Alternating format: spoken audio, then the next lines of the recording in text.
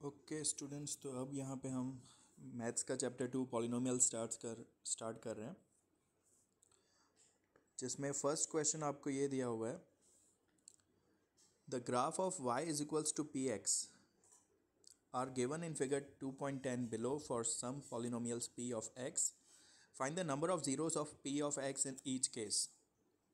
Okay, question में आपको ध्यान देना है। क्वेश्चन में लिखा है find the number of zeros of p of x।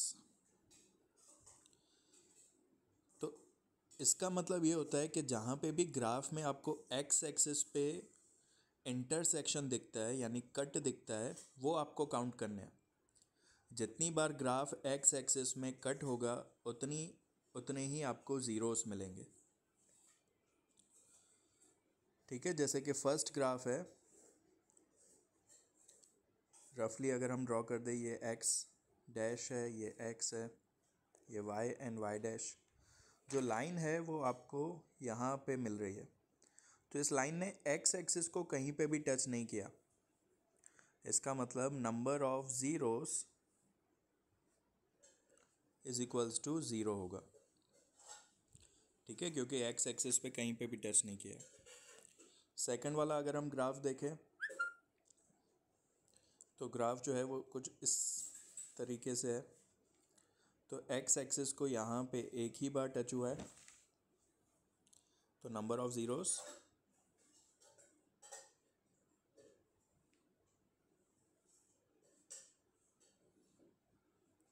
Is equals to 1 हो जाएगा, क्योंकि x एक्सिस को एक पॉइंट पे टच किया। ठीक है, ये x और ये x डैश। ये जो हमारा ग्राफ हमने ड्रॉ किया है वो x एक्सिस को एक ही पॉइंट पे टच कर रहा है, इसलिए। चलो अब थर्ड ग्राफ पे चलते हैं। ग्राफ नंबर 3 ये कुछ इस टाइप का बना हुआ है। तो x एक्सिस पे कितनी पॉइंट्स पे टच किया, देखो 1 2 एंड 3। तो 3 पॉइंट्स पे टच किया, यानी नंबर ऑफ ज़ीरोस इसके 3 हो जाएंगे। फोर्थ वाला ग्राफ अगेन 2 पॉइंट पे इंटरसेक्ट हो रहा है, यानी नंबर ऑफ ज़ीरोस इसके 2 हो जाएंगे।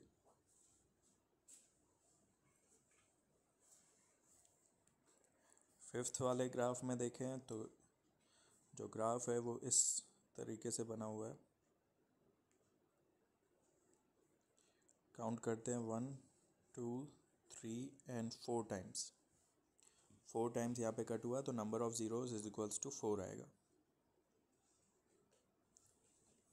लास्ट सिक्स्थ वाला ग्राफ, इसमें आप अगर ग्राफ को ध्यान से देखोगे तो यहाँ पे टच करके वापस चला जाता है ग्राफ।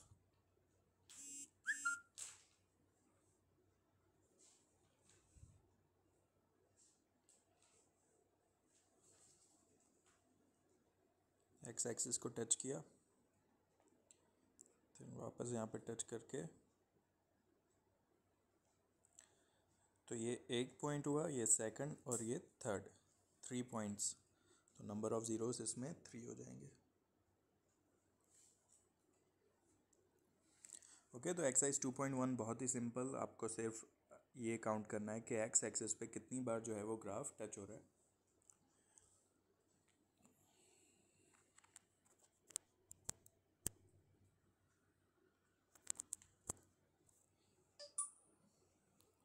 ओके, चलो अब एक्सरसाइज 2.2 स्टार्ट करते हैं पॉलिनोमियल्स के लिए।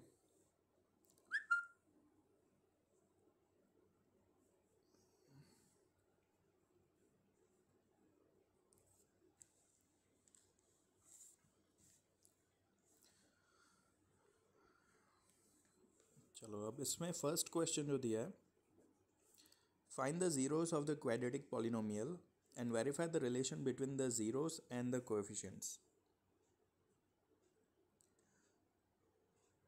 ठीक है, find the zeros of quadratic polynomial.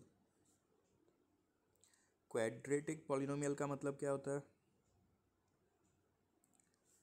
तो ऐसा पॉलिनोमियल जिसका हाईएस्ट पावर 2 हो, फॉर एग्जांपल जो हमारा फर्स्ट नंबर क्वेश्चन है x square minus 2x minus 8, highest power 2 है, मतलब ये क्वाड्रेटिक इक्वेशन है।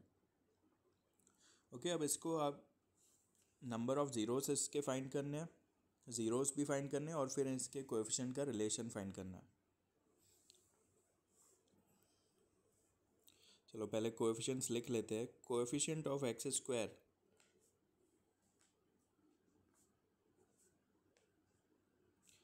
इज़ 1। कोएफिशिएंट यानी जो आगे का नंबर होता है, यहाँ पे आपको कोई नंबर नहीं मिल रहा, मतलब 1 लिखोगे। कोएफिशिएंट ऑफ एक्स, एक्स के आगे क्या नंबर लिखा हुआ है, -2, और लास्ट में सिर्फ नंबर है तो इसको हम कांस्टेंट टर्म कहेंगे। Constant term is equals to -8। Okay, coefficients लिख दिया। अब इस इक्वेशन को हम सॉल्व करते हैं। तो इक्वेशन को सॉल्व करने के लिए आपको इसकी वैल्यू 0 रखनी है। x² minus 2x minus 8 equals to 0। अगर आपको ज़ीरोस फाइंड करने हैं मतलब x की वैल्यू फाइंड करनी है। x² minus 2x minus 8 equals to 0 multiply करके 8 आए और माइनस करके 2 आए। मल्टीप्लाई करके 8 आना चाहिए और माइनस करके 2 आना चाहिए। ऐसे कौन से दो नंबर हैं? तो 4 2 ये दो नंबर हैं। तो x² 4x 2x minus 8 equals to 0। जैसे कि आपको समझाया हुआ है, बड़े वाले नंबर को सीधा माइनस की साइन यहाँ पे पहली वाली साइन मिल जाती है, छोटे वाले को दोनों की मिला के यानी माइनस माइनस प्लस। ओके, अब इन दो टर्म्स में से क्या कॉमन है? x, तो बचेगा x माइनस 4। इन दोनों टर्म में से 2 कॉमन है तो बचेगा x minus 4।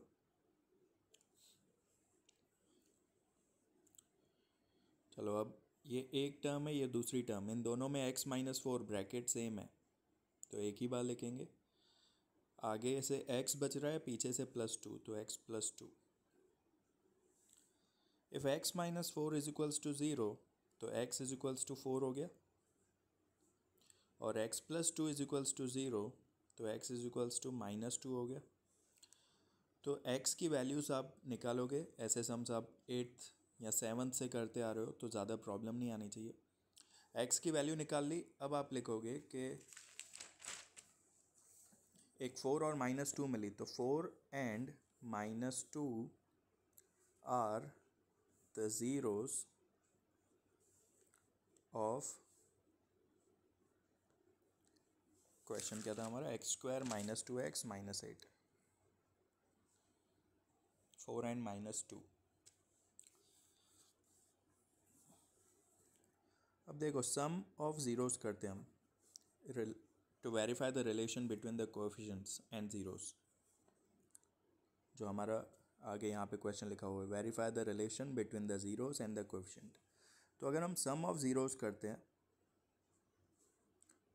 Some of zeros, आपको यहाँ पे दो ज़ीरोस मिल रहे हैं, एक को हम अल्फ़ा मानेंगे दूसरे को बीटा। सपोज़ अल्फ़ा जो है वो हमारा 4 है, प्लस बीटा की वैल्यू क्या मिली, -2,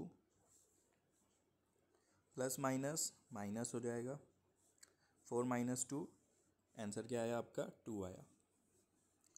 ओके, तो सम ऑफ ज़ीरोस का आंसर मिला 2।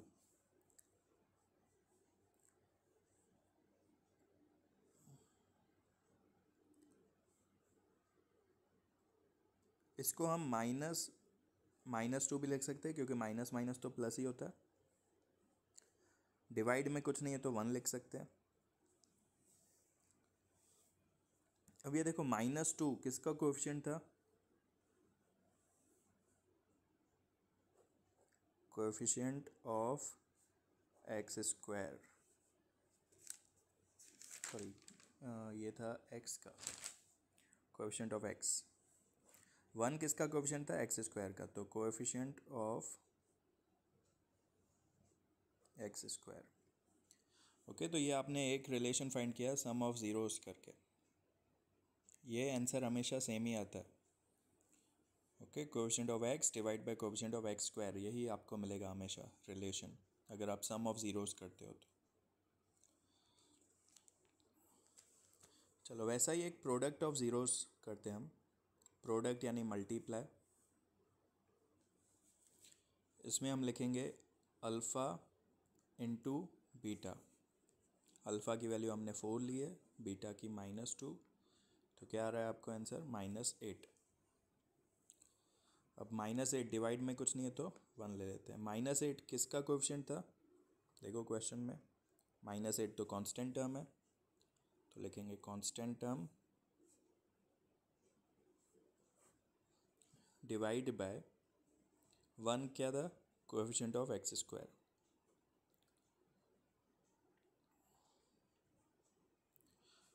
ओके, तो ये सम ऑफ ज़ीरोस करके और ये प्रोडक्ट ऑफ ज़ीरोस करके। ऐसे टोटल 6 सम्स हैं, तो हम 3 सॉल्व करेंगे, 3 आपको होमवर्क में करने, वेरीफाई के साथ हम करेंगे ताकि आपको अच्छे से समझ में आ जाए। ओके, अब इसी वेरिफिकेशन से एक फॉर्मूला डिराइव किया हुआ है। कौन सी इक्वेशन है ये, एक क्वाड्रेटिक इक्वेशन है। तो हम एक स्टैंडर्ड क्वाड्रेटिक इक्वेशन लेते हैं। स्टैंडर्ड क्वाड्रेटिक इक्वेशन आपकी रहेगी ax² plus bx plus c, ax² plus bx plus c। अब इसमें जब भी आप सम ऑफ ज़ीरोस करोगे तो सम ऑफ ज़ीरो से आपको क्या मिला था answer, minus coefficient of x divide by coefficient of x square.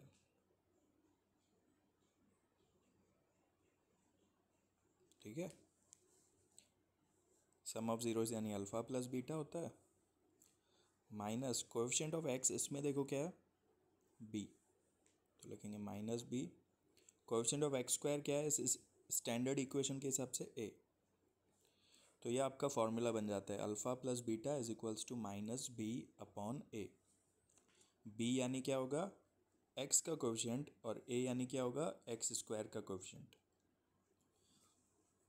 तो अब आपको मैं कोई भी अगर क्वाड्रेटिक इक्वेशन दे देता हूँ, जैसे इस तरीके से 4x² -8x